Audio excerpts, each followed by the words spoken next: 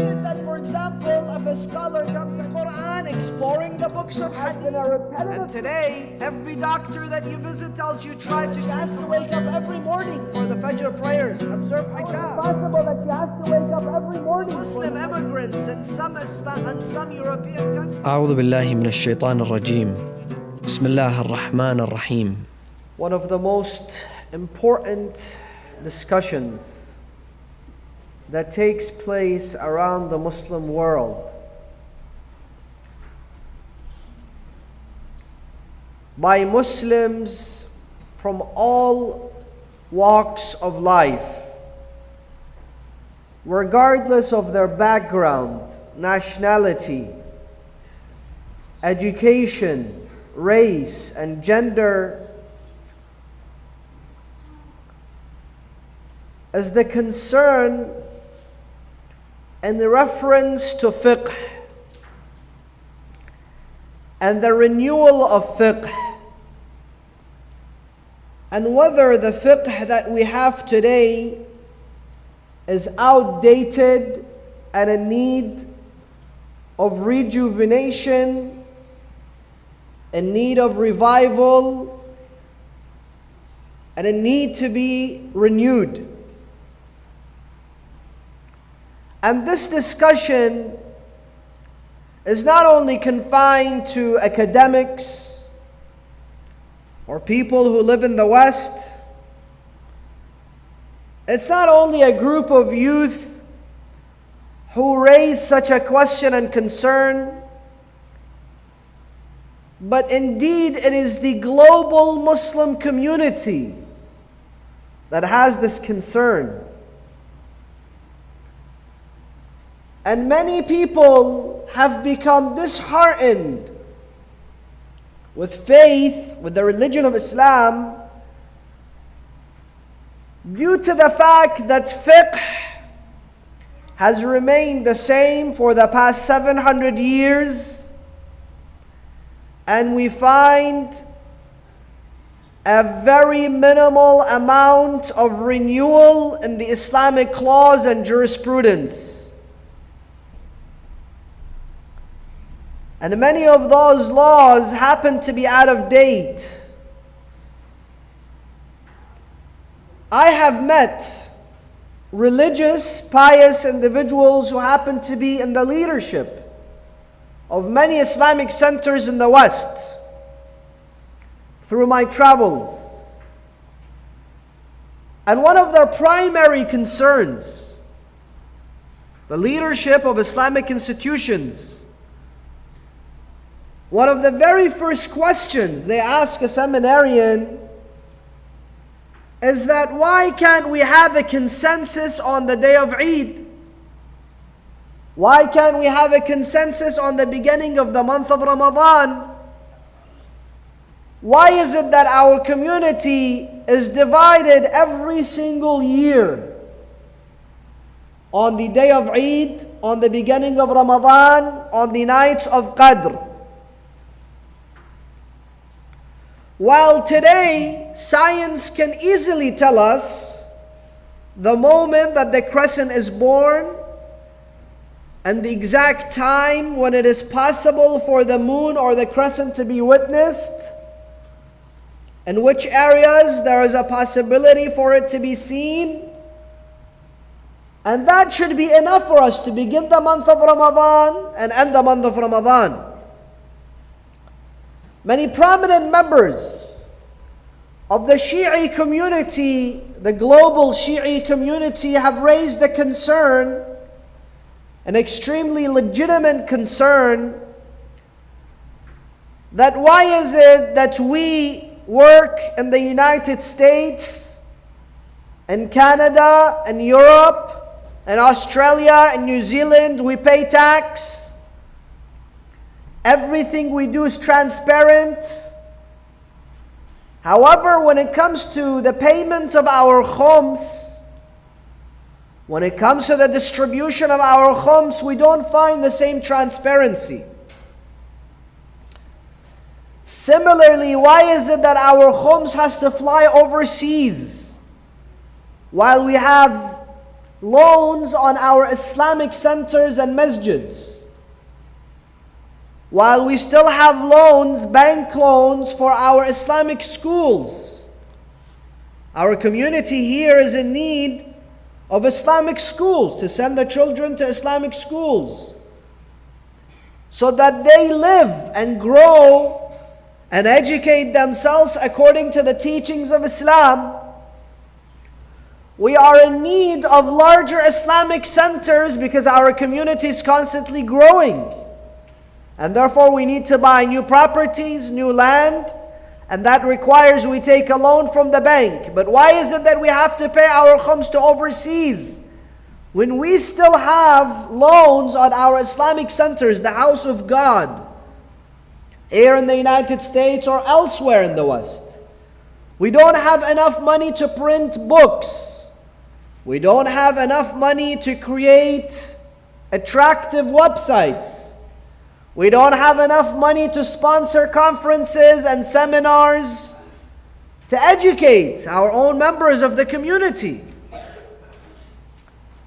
I have also spoken to many physicians who tell me that some of the Islamic laws and regulations go directly against the latest findings of medicine. What do I mean? They say for you to start your meal with salt and end your meal with salt, that's literally equivalent to poisoning yourself. Why would you want to consume salt? We're telling people to stop consumption of salt. And here are the scholars telling us to start your food with salt and end with salt. Or other indicators that we should drink water less. And today, every doctor that you visit tells you try to drink a lot of liquids. Try to drink a lot of water. When it comes to the Islamic laws, don't drink a lot of water. Drink water as much to quench your thirst. So how is it that Islamic teachings and some of the laws and regulations contradict the scientific findings? I have spoken to a lot of members within the community that tell you, Sayyid, today early marriage no longer works. Indeed, early marriage at the age of 15 and 16 was for those who lived in tribal areas. They lived in tents. What did you need to get married? You needed a tent. Their jobs didn't change. The way they educated themselves didn't change. Their income didn't change. Their lifestyle didn't change. They lived out in the deserts. So marriage was something extremely accessible. It wasn't something difficult for them. Today, we cannot marry our children at such an age. Why? Because number one, they're not as mature. They cannot run a family. They cannot be responsible and go under the responsibilities of having a marriage, having a family, and having children. Similarly, the Islamic laws will tell you that the multiplicity of children is something that's desirable. Why not have 10 kids? Why not have 12 kids? Why not have at least 5, 6 kids? Is the multiplicity of children still desirable in our time today? Are we going to focus on the quantity of members from the Muslim community and the Muslim Ummah? Or are we going to focus on the quality of the members of the Muslim Ummah? Why do we want multiplicity of children when 40% of the Muslim immigrants in some European countries are living off welfare?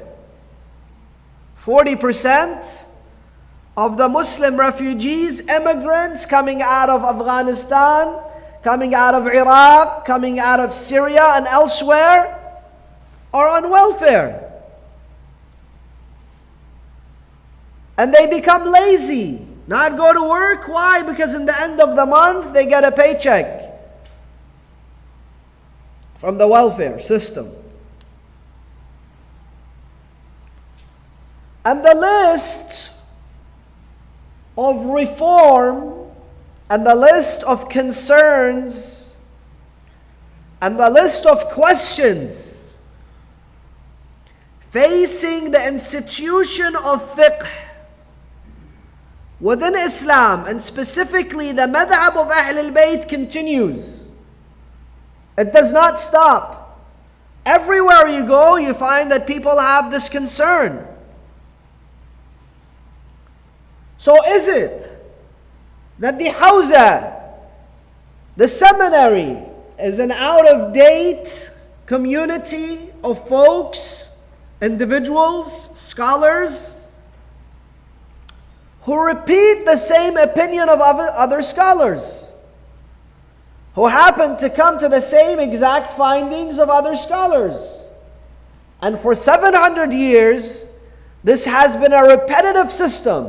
Is this the case or no? Scholars are actually in continuous research, questioning one another, coming up with new theories, new developments, new findings, exploring the Quran, exploring the books of Hadith, exploring the opinion of other scholars, and developing fiqh, rejuvenating fiqh, renewing fiqh. Is it that, for example, if a scholar comes and says the age of puberty for a woman is 9, so from the age 9, this girl has to fast. She has to perform the Fajr prayers. She has to perform Dhuhr, Asr, Maghrib, Isha. If she has money, she has to go to Hajj. She has to pay khums. She has to make sure that she doesn't sin. Allah will keep her responsible for all her acts, just like a 40-year-old woman. Today, when many people question this, how can a 9-year-old child be responsible for all those things? How is it that this merciful Lord, Allah subhanahu wa ta'ala, who has brought this religion to bring people ease, tranquility, would want a 9-year-old girl to, for example, fast for 19 hours, 18 hours, 16 hours, even 12 hours, 8 hours? How is that possible? How is it possible that she has to wake up every morning for the Fajr prayers, observe hijab? When this question is raised, do all scholars have an agreement that no, we're all going to be under the opinion that the age of bulugh or puberty, or the age where Islam mandates its laws onto a female, is 9?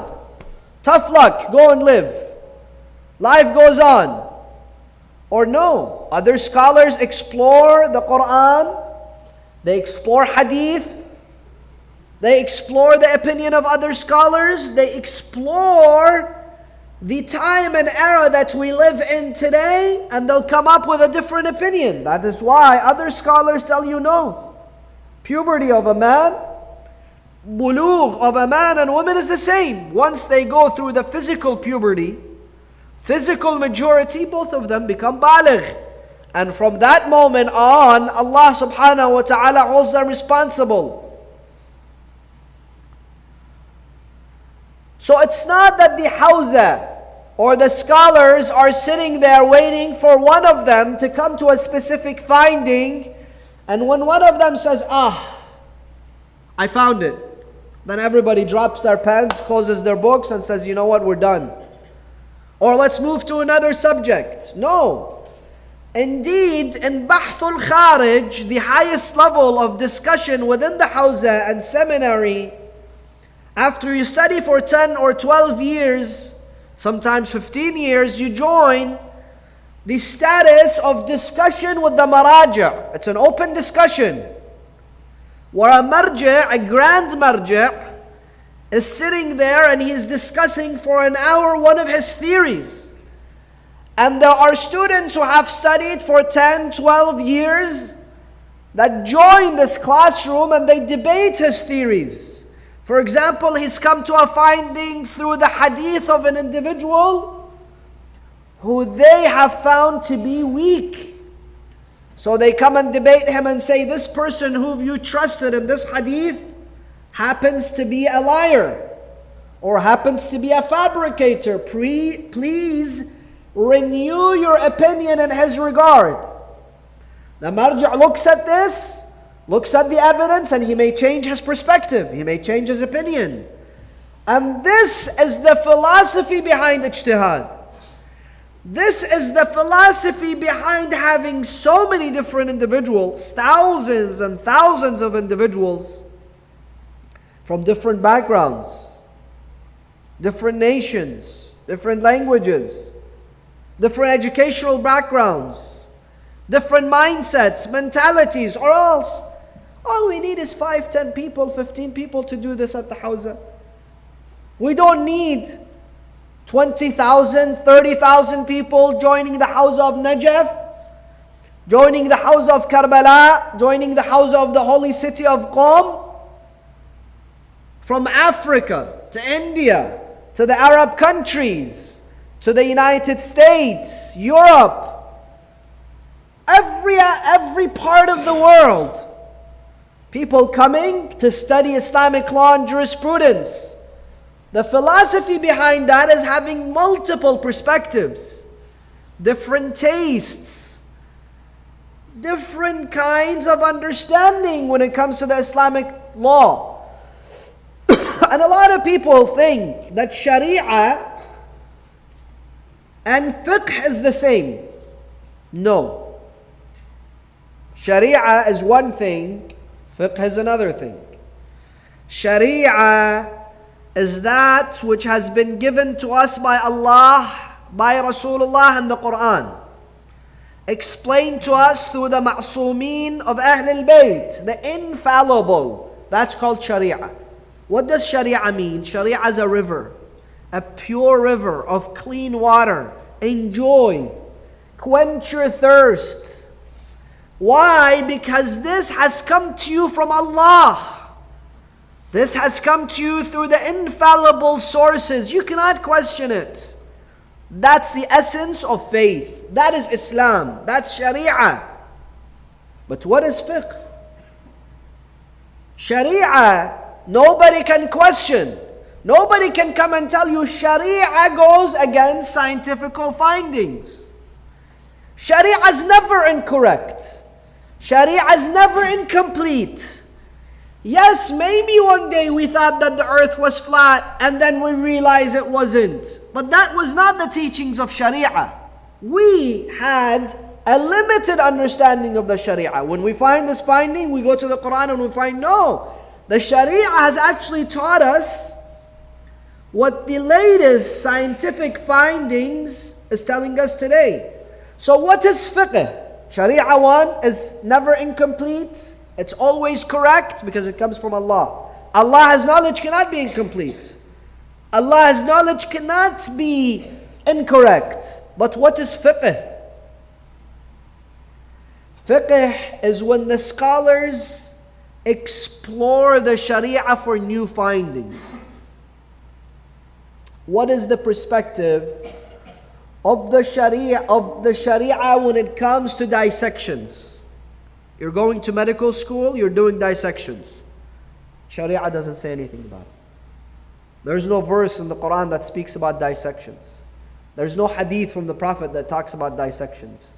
So fiqh and a faqih and a mujtahid explores the Quran, the hadith, aql, the consensus among scholars, and all the resources that he has to bring a new finding, a new law, and answer a question. That is called fiqh. Everything that has developed, life that has developed, the growth of the Muslim community, the economical situation of the Muslim community, the political situation of the Muslim community, all of that needs fiqhi solutions. People have questions. Life goes on. Where do they get the solutions from? And their questions answered from fiqh. Now, while sharia cannot be incorrect, fiqh can be incorrect. Why? Because fiqh is the finding of fallible individuals, fallible scholars. While sharia is holy, fiqh isn't. Why? Because like I said, fiqh, a scholar, a grand marja, a jurist, can have a fatwa today and by tomorrow it can change through discussion. That, brothers and sisters, is the beauty of the school of Ahlul Bayt, Ijtehad. Why? Because other schools do not allow Ijtehad. They say once Imam Ahmad ibn Hanbal came and he founded the Hanbali school of thought and he did his Ijtehad, Ijtihad no longer exists. This is the Hanbali school of thought. This is the Maliki school of thought. This is the Shafi'i school of thought. But when we come to the school of Al-Imam Ja'far ibn Muhammad al-Sadiq, the Ja'fari school of thought, we find no. Our Imams trained us and trained such scholarship so that we continue to explore the Sharia. We continue to renew and rejuvenate our fiqh so that we can be an alive community, not a dead one. What do I mean? Allah subhanahu wa ta'ala says He has revealed this Quran to me and you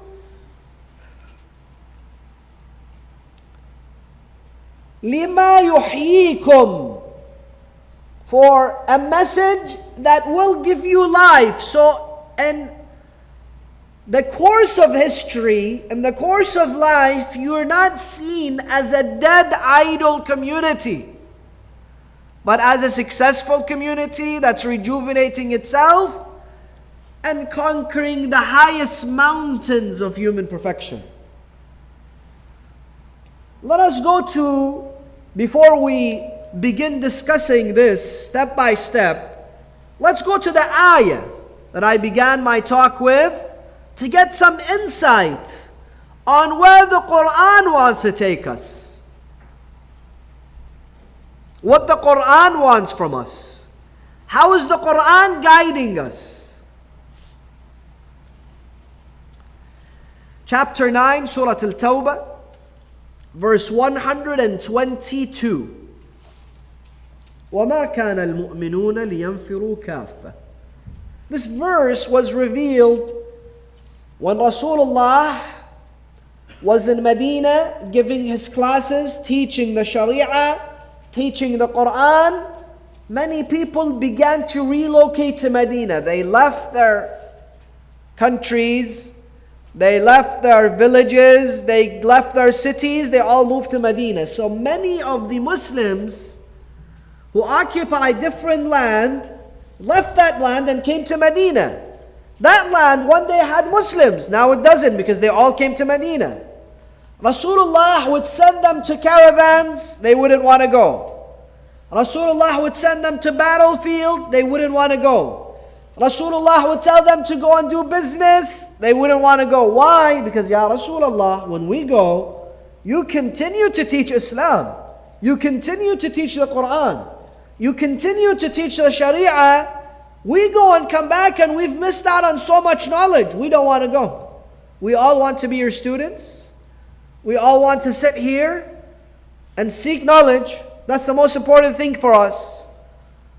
And this became a dilemma for the Muslim community. Why? Because they weren't doing business. They weren't going to battle. They were all concentrating themselves and their numbers in one city. And Islam was not growing. So Allah came to give solution to this problem. وَمَا كَانَ الْمُؤْمِنُونَ لِيَنْفِرُوا كَافَّةً. All the believers cannot remain in one place. And they cannot all travel. Life needs to take its normal course of action. Some have to remain here and the rest have to go about their lives. فَلَوْلَا نَفَرَ مِنْ كُلِّ فِرْقَةٍ مِّنْهُمْ طَائِفَةٍ. Then there has to be a number of folks, number of individuals from every tribe, from every family, from every community, from every city, from every country, a number of folks that remain with the Prophet. They learn Islam, they learn Hadith, they learn the Quran, they learn the Sharia. لِيَتَفَقَّهُوا فِي الدِّينِ, to seek the fiqh of deen. To learn deen, to learn religion, to learn the religious laws. And I don't mean by, the ayah doesn't mean by deen. The fiqh of deen is fiqh. So they go and read the Risala al-Amaliyah and they come and they say, we've done the fiqh. No, fiqh is Islamic history, it's Islamic philosophy, it's Islamic jurisprudence, it is tafsir, it is all aspects of all the Islamic sciences combined. لِيَتَفَقَّهُوا فِي الدِّينِ, and then وَلِيُنذِرُوا, and teach their people, قَوْمَهُمْ, their people, إِذَا رَجَعُوا إِلَيْهِمْ, once they return to them. لَعَلَّهُمْ يَحْذَرُونَ. What do you realize from this verse? Two things. One, do not be Meisner when it comes to supporting those people who have left to study religion, because the rest of you are working. They have left. They're doing their task on your behalf. If nobody leaves, then nobody is going to be educated about Islam. If everybody leaves, your businesses will shut down. So don't be Meisner. And I tell you this, after 12 years of spending in the seminary, and Allah has my witness, I say this with absolutely no selfish reasons, I never found one community, one institution from the West, from the United States, to say we're going to give our funds to those who study in the seminary. You don't know whether those people are able to buy their books, to rent their homes. I met with several people in the past couple of months who would become the most brilliant of scholars and researchers, and I tell them, why is it that you've left the seminary? Why don't you come back? They say, Sayyid, we cannot afford living in the seminary, not having jobs. How can we pay for our families? And don't tell me that your son who's going to law school or medical school deserves a better life than a person who goes and studies at the seminary. It's okay for your son to be driving a Lexus and a BMW and a Mercedes and living in the best homes, having a comfortable life, taking his kids to private school. But the guy who left to go and study at the seminary, studying day and night to come back to rejuvenate the community, to educate the community, has to work with Uber on his side job. What a shame. Shame on us. This is shameful. And that is why nothing is going to change in our community if we keep on moving in this direction. We will stay where we are for another 20 years and 30 years and 50 years. And we shouldn't complain. Don't keep on complaining. Say it, there is nobody to educate us. What have you done? Have you chosen the youth from your community, the brightest of them, the most righteous of them, the most eloquent of them, and say, we will sponsor you through your schooling at the seminary, 5 years, 10 years. And when you come back, you will be our resident alim. And we will support you. And we will fulfill your needs. What do you hear from this verse? Do we just read the Quran and not explore it the way it speaks to us? The way that it brings solutions to us. Here is a solution to our problem, but we don't want to take it. We don't want to believe in it. We don't want to comprehend it. We don't want to understand it. The Quran is giving us solution. First of all, it says that yes, the rest of you go and become successful businessmen. Go and become successful lawyers, successful doctors, successful engineers. Be the most successful people. In fact, be the wealthiest of people. Why? Because Islam is in need of your wealth. You're the one that's going to buy the masjid. You're the one that's going to build the masjid. You're the one that's going to sponsor the scholarship at the masjid. Go and become successful. And at the same time, make sure there is a council, like I said, that chooses the brightest of men and women and sends them to the seminary to seek Islamic education. So there he doesn't have to stress about his bills and where he lives and how he's going to end up buying his books. And then after 10 years, 12 years, 15 years, and I don't mean 6 months, with all due respect, 6 months, 1 year, 2 years, 3 years, that does nothing for you in the seminary. That does nothing for you in the seminary. Sponsor them for at least a decade, and when they return, then you have no problems at your community. Why? Because let's read the verse again. This is very important. لِيَتَفَقَّهُوا فِي الدِّينِ وَلِيُنذِرُوا قَوْمَهُمْ إِذَا رَجَعُوا إِلَيْهِمْ. And for them to teach their community once they return to them. What does this mean? This means don't import people from outside. This guy is one of you, from your community. He grew up with you. He knows all those members of the community when he comes back to them. And that is why he's able to connect with them, speak their language, and teach them in the most appropriate manner. This is what the ayah is trying to tell us. So today, when we come to the fiqh, our fiqh, the situation of the institution of fiqh, and we realize that it has some flaws. What is one of the solutions in this ayah that speaks of fiqh? As if this person was one of your community, he would be better off giving you fiqh solutions, teaching you of fiqh. And that is why we will examine this topic in the following manner. One of the most important topics. And I want you to give me your undivided attention. Number one, the influence of circumstance on fiqh. Number two, the influence of politics on fiqh. Number three, the influence of economy on fiqh. Number four, the influence of the growth of the Muslim community on fiqh. And number five, the personal perspective and psychology of scholars and its influence on fiqh. After your loudest salawat ala Muhammadin wa ali Muhammad.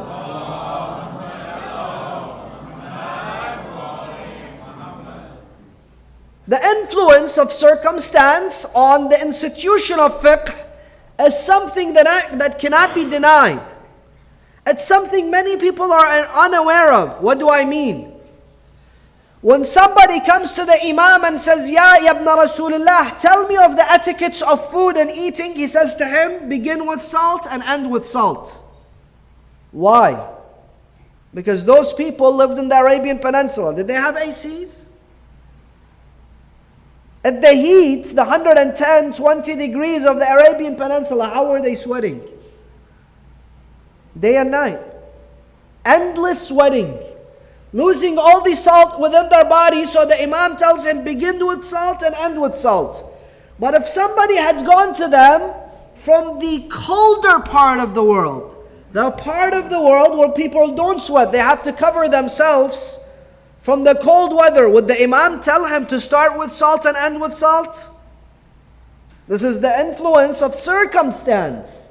A faqih is not a faqih if he does not understand the circumstance and the role it plays in the terminologies of fiqh, in exploring fiqh, and coming with new theories of fiqh. People would come to the Prophet, to the Imams, telling them, how much water should we consume? Very legitimate question. The Imam says, quench your thirst. Don't walk around drinking water. Why? Because how far was the distance between where he slept and the bathroom? Tell me. So you wake up at 2 a.m., you need to use the bathroom. You have to end up walking 15 minutes to get to the bathroom. People weren't going to the bathroom. So what did the Imam tell him? Don't drink so much water. Now that you get up from your bed and you take 3 steps and you're sitting in the bathroom, should you drink water or not?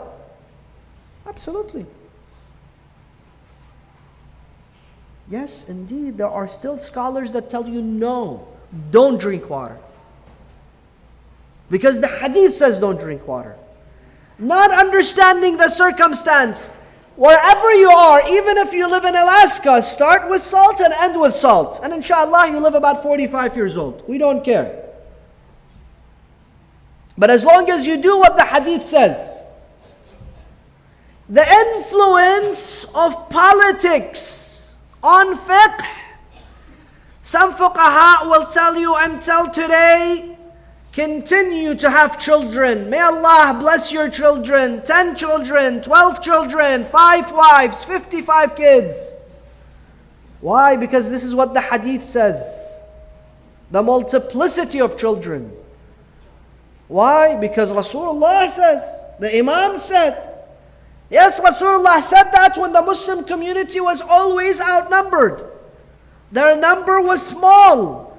They needed an army of men to face an army of men. One person was equivalent to another. One Muslim was equivalent to another enemy. So they needed to multiply their numbers. But today, do we focus on quality or quantity? If 40% of us are on welfare, why should we multiply those people? To become more lazy? To spread more uneducated people walking around the world? So the influence of politics plays a role in fiqh. Sometimes politics tells you have multiple children. But you have to understand that this was due to politics. Many of the scholars today tell you that wearing black is makruh. Don't wear black. Why? I like to wear black. This is one of my favorite colors when I wear my, suit, or for example, a dress. It's makruh. Why is it makruh? If you see where it stems from the time that our imams would tell their followers, do not wear black, wear green. Green is musta'ab, black is makruh. Why? Because Bani al-Abbas were wearing black and the Alawis were wearing green. So the Imam says to his people, wear green to differentiate yourself from the Abbasis. But today, if you wear black, or you wear green, or you wear yellow, or you wear whatever color you want, it's not going to make a difference. So politics plays a role in understanding fiqh. Economy. Some scholars will tell you giving interest and taking interest from Muslims is forbidden. And obviously that's what the Quran says. You cannot take interest, usury, from a Muslim and give usury to the Muslim. However, if your bank, which is non-Muslim, according to their religion, it's okay for them to give you interest, that's fine, you can take it.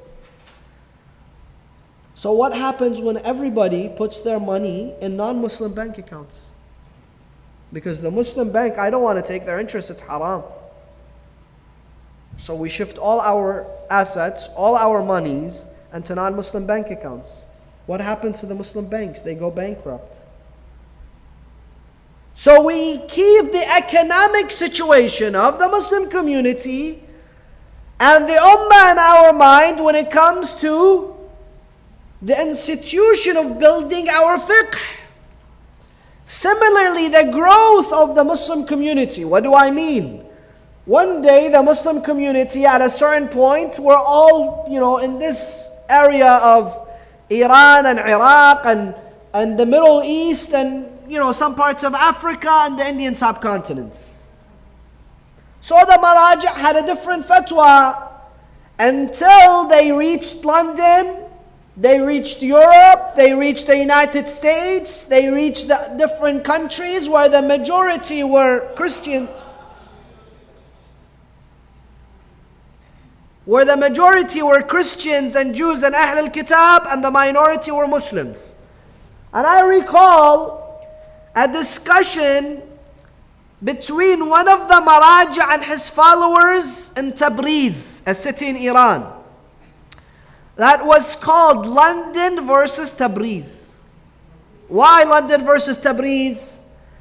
Because Tabriz and its people were saying to this marja', how can you tell us that Ahl al-Kitab and the Christians and the Jews are not najis? This is the first time we hear this, that Ahl al-Kitab are tahir. So he wrote them a prolonged letter saying, listen, I have to keep in mind all of my muqallideen, the ones that live in Tabriz, the ones that live in Najaf and Karbala, and the ones who live in London. How can they continue their life with individuals if I tell them that the majority of people that surround you are not tahir and they are najis? So we have re-examined the Quran, we have re-examined history, we have re-examined hadith, and we have come to a new finding that Ahl al-Kitab are tahir. Brothers and sisters, the institution of fiqh is an institution that constantly, rapidly is in need of new developments. And that only takes place once we are able to develop scholarly individuals, those who reach ijtihad or they are near ijtihad. And I am not saying that they're going to come and we're going to have a marja' in Jersey and a marja' in Florida and a marja' in California. No. But if those people are mujtahid or they are near ijtihad, then they certainly, most definitely will be able to influence the perspective of the grand marja' by speaking to him, by bringing new theories, new discoveries, and new forms of research to him. And that is how we collectively can bring change, insha'Allah, to the institution of fiqh and to the future of fiqh. Wassalamu alaikum wa rahmatullah.